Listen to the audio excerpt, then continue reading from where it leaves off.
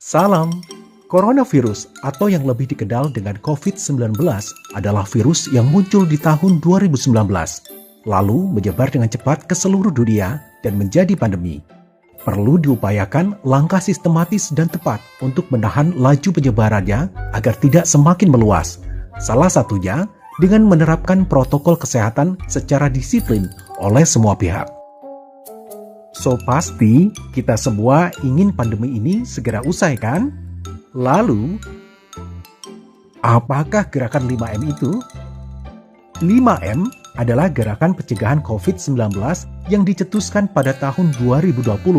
Berisi 5 hal penting yang wajib diterapkan oleh kita semua. Karena kelima hal itu diawali dengan huruf M, makanya dinamakan 5M. Ayo kita cari tahu. Pertama, memakai masker. Ketika keluar rumah, sebaiknya memakai masker. Tidak hanya asal memakai masker loh ya.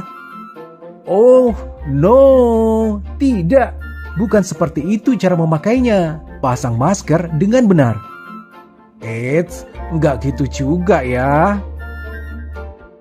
Nah, gitu, baru cakep. Gunakan masker menutup sebagian wajah kita dari dagu sampai menutup mulut dan hidung.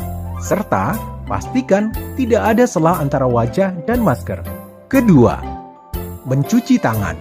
Sebelum memakai masker, sebaiknya terlebih dahulu mencuci tangan dengan bersih ya. Bukan mencuci tangan di ember cucian. Cucilah tangan secara merata di seluruh telapak tangan. Pakailah sabun dan cucilah tangan dengan air yang mengalir. Cucilah tangan sesering mungkin ketika hendak melakukan aktivitas apapun dan dimanapun. 3. Menjaga jarak. Karena suatu urusan yang penting, suatu saat kita terpaksa harus keluar rumah. Nah, yang harus diingat jika kita harus bertemu orang lain adalah tetap menjaga jarak minimal 1-2 meter ya. Tapi, jangan terlalu jauh juga gitu kali ya. Hehehe. Berikutnya, yang keempat, menjauhi kerumunan. Contohnya, jika kita diajak emak-emak tetangga untuk bergosip, sebaiknya ditolak. Karena dikhawatirkan corona akan tersebar saat kita berkerumun. Kan gak asik kalau ngegosip tetangga, udah dosa, kena COVID lagi. Duh, astagfirullahaladzim, jangan deh. Dan yang kelima, mari kita membatasi mobilitas dan interaksi. Apabila tidak ada kegiatan penting di luar rumah, maka lebih baik di rumah saja. Atau jika memungkinkan, kegiatan dilakukan secara online untuk mengurangi interaksi dan mobilitas. Untuk itulah dicanangkan gerakan 5M sebagai salah satu upaya strategis untuk meminimalisir penyebaran COVID-19 di Indonesia. Iklan layanan masyarakat ini dipersembahkan oleh Fakultas Farmasi Universitas Ahmad Dahlan, Yogyakarta.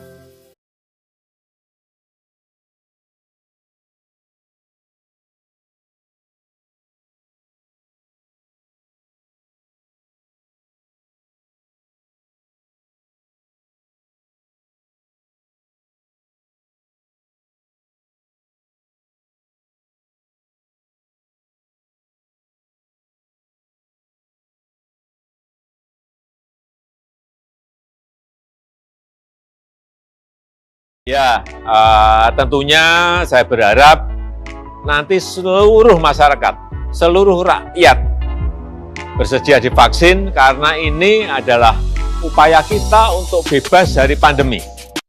Jadi di dalam hal vaksinasi, Ya, mungkin ini adalah bagian dari yang memang sudah banyak dilakukan oleh di seluruh dunia, tidak hanya di masyarakat Indonesia ataupun pemerintah Indonesia melakukan berbagai macam kegiatan. Biasanya disebut dengan 3T, ya. Testing, tracing, dan treatment. Jadi kalau misalnya ini ada ditambah dengan vaksinasi, dalam hal ini adalah mencegah kan, di dalam tersebarnya lebih meluas lagi COVID-19 ini di dunia maupun di Indonesia.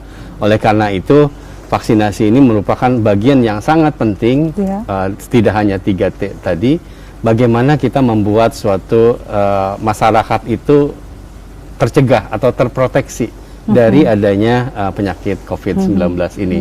Oleh karena itu, vaksinasi yang kemarin dilakukan terhadap oleh Bapak Presiden itu akan menjadi peranan yang sangat utama di dalam masa-masa ke depan. Karena kalau sudah terproteksi setidaknya ada rasa aman. Meskipun mungkin nanti kita akan bisa lebih banyak berbicara tentang bagaimana efikasinya atau mungkin nanti kekebalan kelompok seperti itu.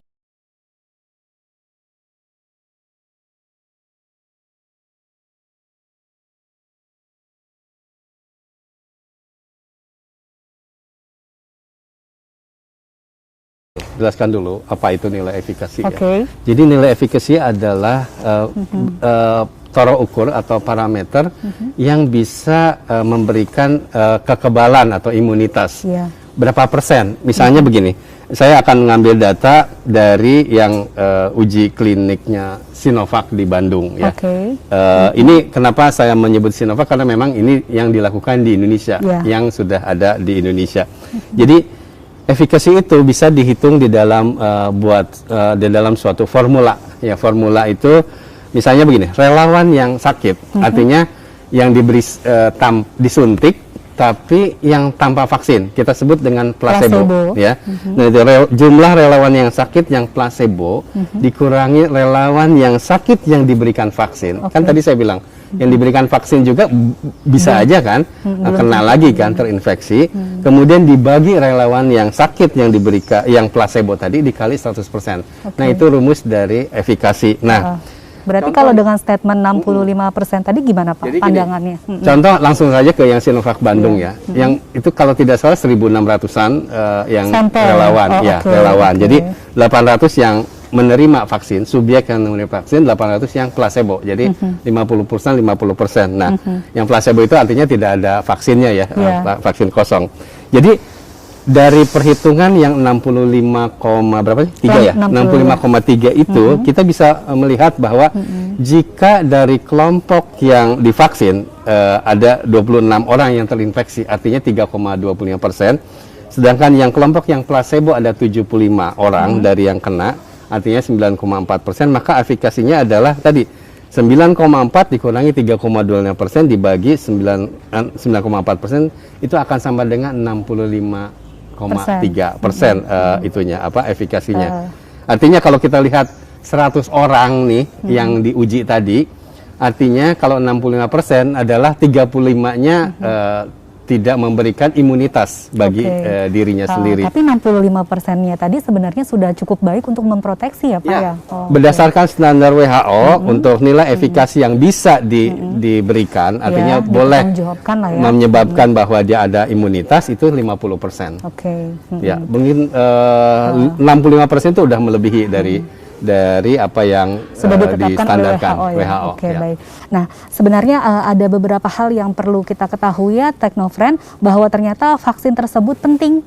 Nah, pentingnya itu ternyata bukan hanya melindungi bagi diri kita sendiri, tapi juga melindungi orang-orang di luar kita, gitu. Jadi melindungi banyak orang, gitu kan ya. Nah, selain itu juga jangan lupa bahwa tetap ingat pesan ibu, jargon kita ya, jargon kita bahwa tetap pesan ibu.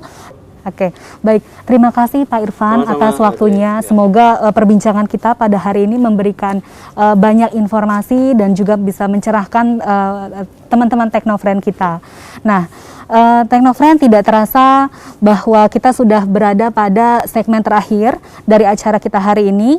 Ya, terima kasih sudah mengikuti perbincangan kita dalam talk show seputar isu inovasi dan teknologi terkini, yaitu